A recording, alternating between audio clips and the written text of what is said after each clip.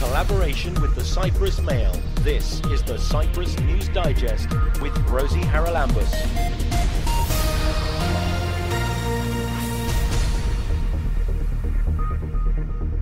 Coming up on this week's programme, we take an in-depth look at how first the pandemic and then the war in Ukraine is affecting Cyprus economically, and we look too at the geopolitical dangers in the Eastern Mediterranean, particularly bearing in mind that both in Cyprus and particularly in Turkey there are elections next year.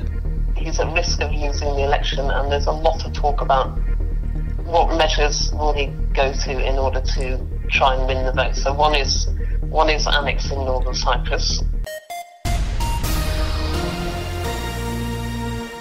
First the pandemic, now the war in Ukraine. The economy is taking a battering, but there's a lot of different aspects that we perhaps often don't think about. So I've asked Fiona Mullin from Sapienta Economics to join us on the programme this week and just put us in the picture with all the various aspects of our economy that are being impacted. You issue a very detailed monthly analysis of the economy of Cyprus and the impact that geopolitics and the local situation has on it. So can you start, Fiona, just by outlining the major areas, because I know there's the banking system, there's the stopping of the golden passports, which has impacted the construction sector, I think, and then we've got government spending and whether they're in a position to support vulnerable groups in society as prices continue to rise. Do tell us what's happening. I think the major impact is, it's kind of obvious, is going to be on tourism, because a lot of flights have been banned and Russians are finding it difficult to get out of Russia anyway, and so on and so forth. So the Russians account for 20% of all tourists coming to Cyprus. They've now they're the second largest tourism market for Cyprus in normal years after the UK. So once upon a time they were something like 7%, now they're 20%, and the UK in the meantime's dropped from 50 to about 33%. So obviously that's going to hit tourism, but I think it's slightly tempered by the fact that you have a lot of post-pandemic, as it were, or post-lockdown demand for tourism from other countries. So even though for those who can afford it, I think they're going to go on holiday come what may. So this is why you see the ministers saying things like, we think we might be able to reach 70% of 2019 levels for tourism this year. So that's one aspect. The other is, I think the next main impact, but it's going to be a bit longer term, is professional services. So professional services, once upon a time, used to just be what are called service companies for what are called brass plates. So this is companies that don't have any physical presence in Cyprus, and they would just open a company for you and service you from their PO box. And that's led to a lot of issues relating to Cyprus's reputation for money laundering and so on. And they've had to clean up a lot on that. And these days they are trying to encourage companies to do what's called headquartering here. And that means bring your people here, bring your staff here, have your offices here, and have real business in Cyprus. So in the short term, you can see that actually the accountants and lawyers are trying their hardest to bring more business here, so both Ukrainians and Russians. But in the longer term, obviously, it's going to be difficult to create new business with Russia, especially as you're not allowed to create trusts. So maybe by next year you'll start seeing the impact on that. Can I just ask you what effect the sanctions imposed by the EU is having on, particularly, you mentioned perhaps Russian companies headquartering here? Are they allowed to do that? They are, as far as I can work out. If you're, so there's a new rule, but it didn't come into force until the middle of May, where you're not allowed to create trusts or service trusts of Russian nationals resident in Cyprus. So that gave them a fair amount of lead time to get everybody to Cyprus before that rule kicked in. So, I mean, they're not, they're still not doing business with any sanctioned entities or anything like that. But for those Russian companies that were not subject to sanctions, there was an opportunity to get out of Russia and come to Cyprus, essentially. And did many of them do that? It's only kind of anecdotal. I mean, one part of it is actually Ukrainian companies as well. They've certainly, a few hundred, I think, companies have been moved over to Cyprus since the beginning of the war in Ukraine. What I don't know is how much of that is Ukrainian and how much is Russian. But so there is possibly an influx of new businesses with all their staff. They need to rent offices, they need to live somewhere and so on. That will have, I presume, a positive impact. But let's talk, if we may, as well about Cypriots, and particularly low-income Cypriots. I think we saw the government say it was going to up pensions, and then it's also extended its reduction of VAT on fuel and so on. But what impact will that have on government finances? Well, I think, obviously for low-income people, already we know that if you're in a low income, a higher proportion of your spending goes on food. And we've got 9.1% inflation in May. And one thing that I found extraordinary was the first time in years and years and years, you actually saw a decline in food sales in Cyprus. And we know that, Cypriots love their food. So to see an actual fall in food sales, which didn't happen in the financial crisis of 2013, is quite something. Then I dug into the figures, and you can see that, the volume was lower, but the value was a little bit higher. So what does that mean? It means there's a lot of inflation. It means people are buying maybe 2 loaves of bread instead of 3, but it's costing them the same as it did, a few months ago. So what is the government doing? They are, there's a lot of pressure to cut VAT. They're a bit limited in what we're allowed to do because of EU rules. You're not allowed to do kind of blanket VAT cuts on those products which have a minimum VAT rate, unless it's very targeted at vulnerable groups. So there's a little bit of that going on. So far, actually, the government's public finances are not doing too badly, partly because we're in post-pandemic boom, so to speak. People are going out shopping again and so on and so forth. So the government is not in a situation where it's going to have a crisis if it does support vulnerable groups. But I think what you can hear from what the Finance Minister Katridis is saying is, look, we can't just keep subsidising everybody forever. We have to be careful about how we target it. And are they targeting it fairly?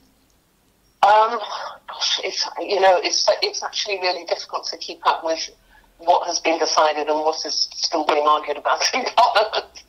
I think there's a new, good question, and I probably will have to be honest enough to pass on it. But I know, obviously, there has been some reduction in VAT, but I think it's been a blanket reduction so far, hasn't it? So the key question is going to be, how can you make sure you really are getting the people who are hurting the most? Which brings us to the minimum wage and the fact that Geve is saying we can't afford to do that at the moment because we're losing money.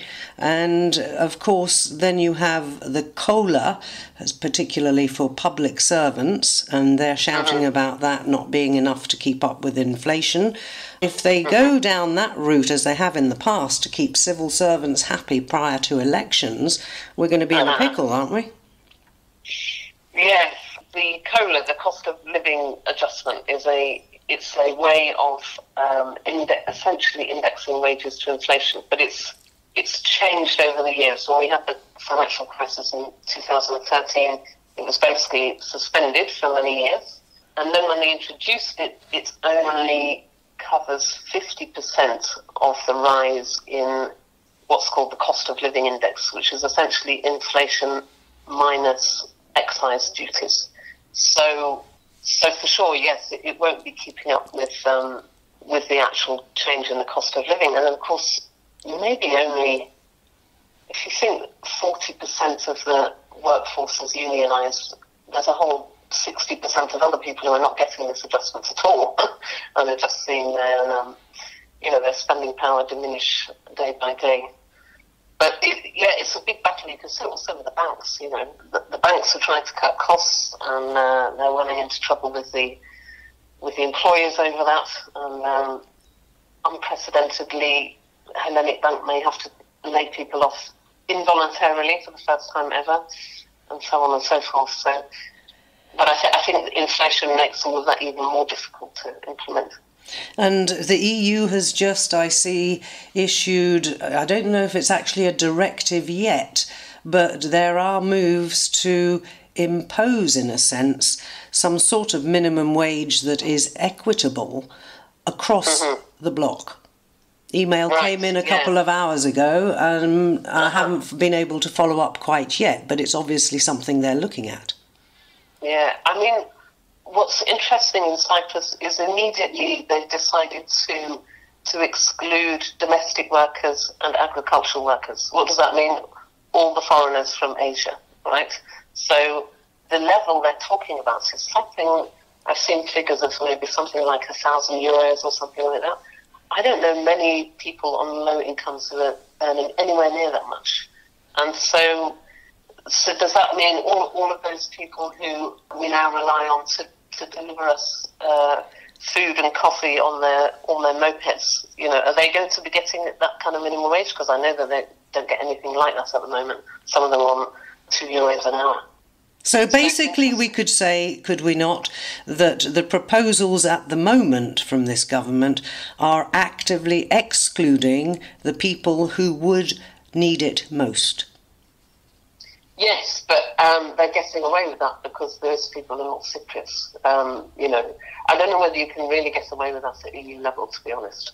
But, we have an entire economy that depends on cheap labour from Asia, especially cheap labour of women, so that Cypriot women, but so that other women could go out to work. It's a kind of slightly odd thing, and to change that, so you can see why have they excluded domestic workers? Because it would be a massive shock to the Cyprus economy if suddenly you had to pay them a minimum wage. No one would be able to afford it, and it would be it's something which is clearly inequitable and needs to be handled somehow or another in the longer term. Right, now we mentioned the Ukraine war. That, of course, has also caused food shortages in some areas. So we are seeing incremental price increases on certain types of foodstuffs. What's your view about, depending on how long the war lasts in Ukraine, and if we can't unblock, for example, the Black Sea ports so that Ukraine can export its grain and so on? I know we're talking about Cyprus, and the impact is probably going to be much, much greater in, for example, Africa and other countries that rely on food imports, but it's also going to impact us, isn't it? Yeah, I mean, because let's say without the war in Ukraine, it looks like, certainly Bloomberg was saying yesterday, it looks like we might have reached the peak of commodity prices. So things like fertilizer prices are down 24% since March, and the money you have to pay to hire a shipping container is down something like 26% since September. So other things being equal, now that Shanghai is no longer locked down, you should have started seeing the supply ease up, which also means that the prices should come down. But, yeah, we now have this, are we going to be able to get the wheat out of Ukraine? And, wheat prices affect everything from pasta to bread to... So we will see it here. I know the EU is trying hard to see if they can find alternative routes to getting food out, but it's absolute worst case scenario is we're looking at global food insecurity for some time to come. But as usual, it's going to hit the most vulnerable countries first, the ones that are already very close to famine, like Sudan and Somalia and so on. Now, what about the geopolitics of the region? And I think Turkey's acquired another drill ship. And we say that we hope that we may be able to monetize the Aphrodite field within a few years. What's happening on that level? Because also we're very pally with Israel, and they've got quite a lot of gas, haven't they?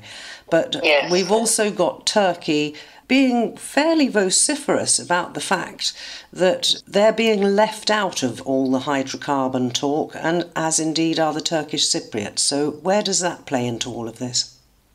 Well, I had hoped until literally a couple of weeks ago that we might be quietly moving to a situation where you could have some kind of temporary arrangement, an energy deal that involved Turkey, Israel and Cyprus, and maybe also Greece and Egypt, but certainly Turkey, Israel and Cyprus.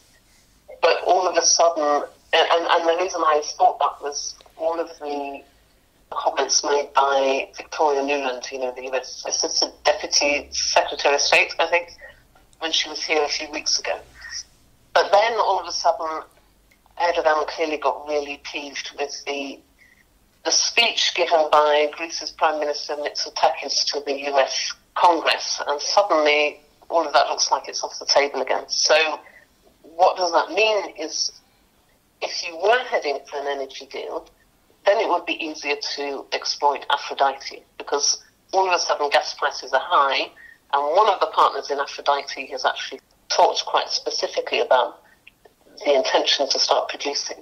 They haven't given a timetable, but if you suddenly got Turkey, as it were, arcing up again, then that suddenly throws that all into question again. So so don't know actually is the short answer to that. I mean, ideally you want a situation where the one thing Greek Cypriots could do right now, which I can understand it's difficult to do when Turkey's putting out this aggressive rhetoric, is to pass that law about sharing revenues with Turkish Cypriots. Because a lot of people think the Republic of Cyprus has passed that law. They actually haven't. They got close to it. Akel was asking for it, and at the last minute they didn't do it. So that would be addressing one of the reasons that Turkey keeps going on about. So it doesn't address all of them.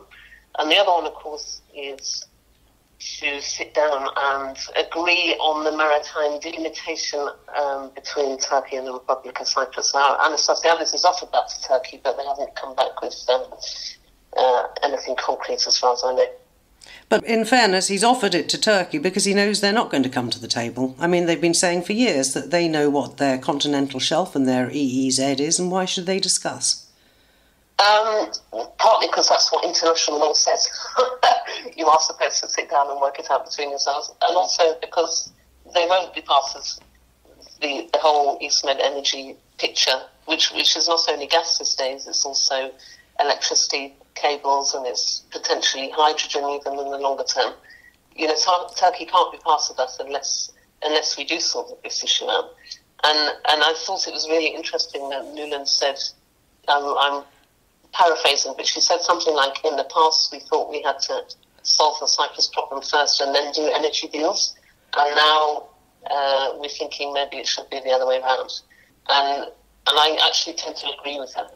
I think we've gone beyond the stage where you can have a referendum tomorrow, where you can go from status quo today to United Cyprus Federation tomorrow. I think we've reached a stage where we need to start building trust with major initiatives, and I think some kind of cooperation on, electricity cables, maybe gas pipelines, whatever, is where we need to start before we can think about sticking the country back together again.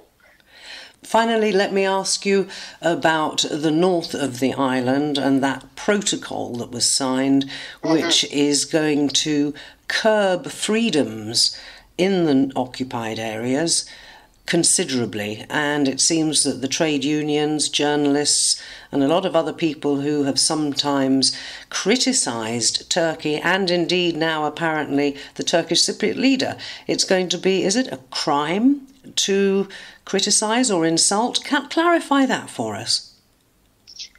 Yeah, so it's the protocol certainly has indicated an intention to limit rights and freedoms.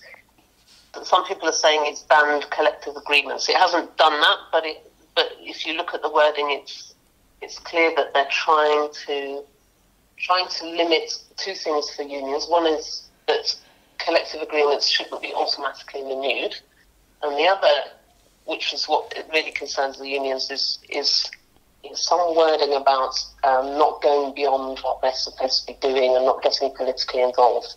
And that's clearly a reference to some of the unions that are quite often heavily involved in demonstrations and so on against the administration, and some of them are quite vocal against Turkey as well. Journalists as well. I think it says that you can't criticise. I mean, very much like in Turkey, we've seen journalists jailed for supposedly insulting or criticising the government or Erdogan personally. We're now going to have the same thing in the north? Yeah, well, they're certainly trying. I mean, the head of the TDP party had to appear before court because she was accused of insulting the Turkish Cypriot leader, Ersin Tatar. I don't know if there is a legal leg to stand on, so to speak, on that, and we'll have to see. But yeah, what is worrying is that there is this creeping authoritarianism coming to Northern Cyprus that didn't exist. Okay, it existed in the Denktash times, but let's say from 2003 onwards, it hasn't been like that. And it's also combined with Turkey having more and more control over Turkish Cypriot affairs. A lot of Greek Cypriots think, oh, they've always had control over Turkish Cypriot affairs, but they actually haven't, partly because Denktash was so wily he could get away with doing what he wanted. But now, you know, they want to bring religion essentially under Turkish control.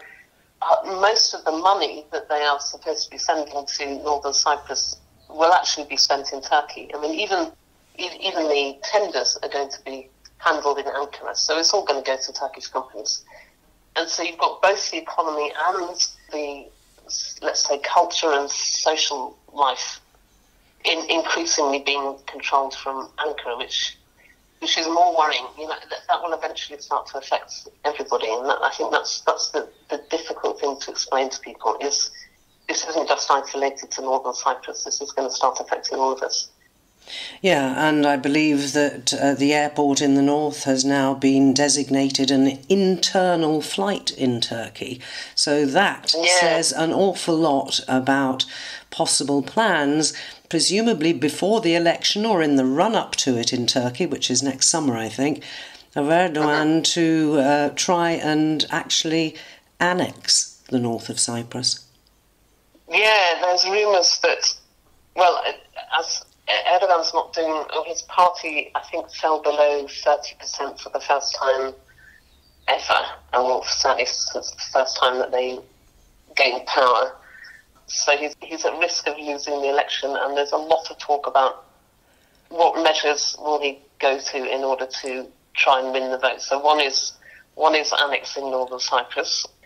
It still doesn't sort of make a lot of sense in that one counter argument I heard was that since they could do what they like with Northern Cyprus, it would kind of cost them a little bit too much to just go ahead and annex it. You know, it is EU territory after all, under the accession treaty of the Republic of Cyprus.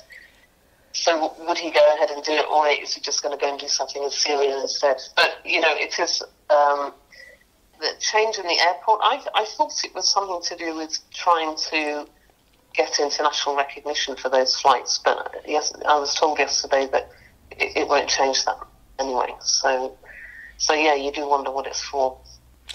An awful lot more questions than answers at the moment, I think. Fiona Mullen from Sapienta Economics, thanks for joining us. Thank you, Rosie. Keep up to date with events in Cyprus and around the world with the Cyprus News Digest.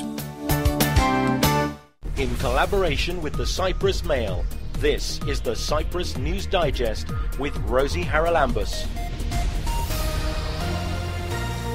The biggest achievement of Crime Stoppers has been the ability of the public to be able to give information about crime anonymously. There's no way I could have kept prostituting without the drugs. There's no way I could have had my body used like a public toilet, because that's actually what prostitution is. And then the fourth series I started 3 days after I'd won the Oscar, so the whole of the Moloch of the Glen experience was all interplatted with the Gosford Park Oscar experience. I was working with Ronnie James Dio, and David was going to reform Whitesnake in 2003. Cyprus was chosen because Cyprus is a stable, peaceful and secure place. We have to really look closely. What are we doing with children? What are we doing with adolescents? And what are we doing with adults that can help them move into a more literate situation? The ones that I'm proudest of are the ones that were true discoveries, where we found something we didn't know existed.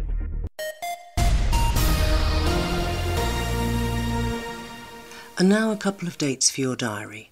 Let's start with music. The Pharos Foundation is presenting Jazz in the Grove with the Antonio Serrano Quartet on Saturday the 18th of June. The Olive Grove is a delightful venue just outside Nicosia and one of the headquarters of the Pharos Arts Foundation. The Antonio Serrano Quartet will be making its debut in Cyprus in a concert that's in collaboration with the Embassy of Spain. Grammy Award-winning artist Antonio Serrano has been hailed as one of the great geniuses of Spanish music, and he will be joined by several of his compatriots to present a programme with excerpts from two of the quartet's latest projects.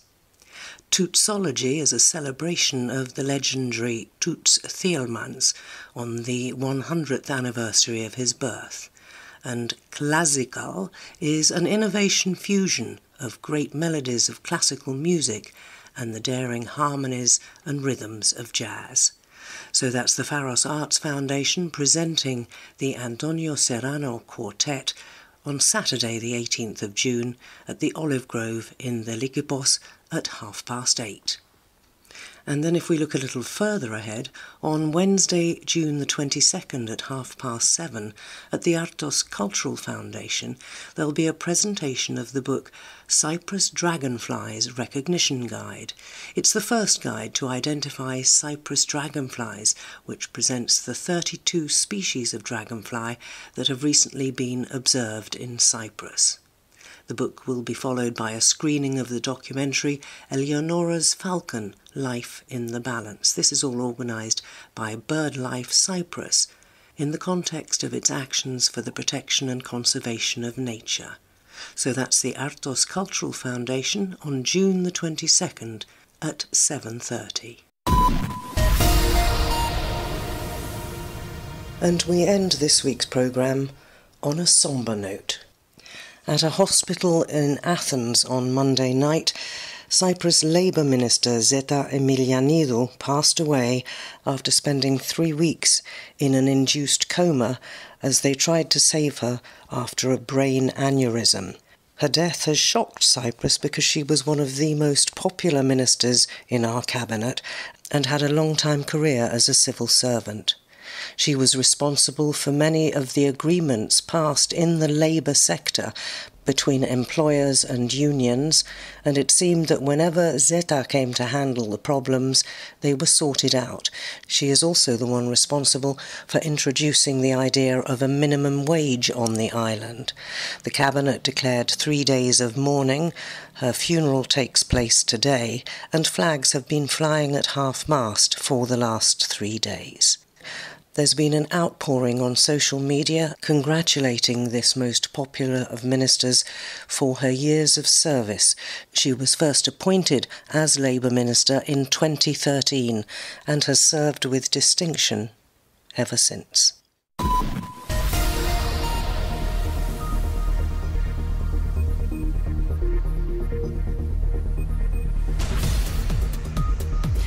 Well, that about wraps up this edition of the Cyprus News Digest. Many thanks for your company. Hope you'll join me next week. Till we meet again, take care and God bless. Bye-bye now.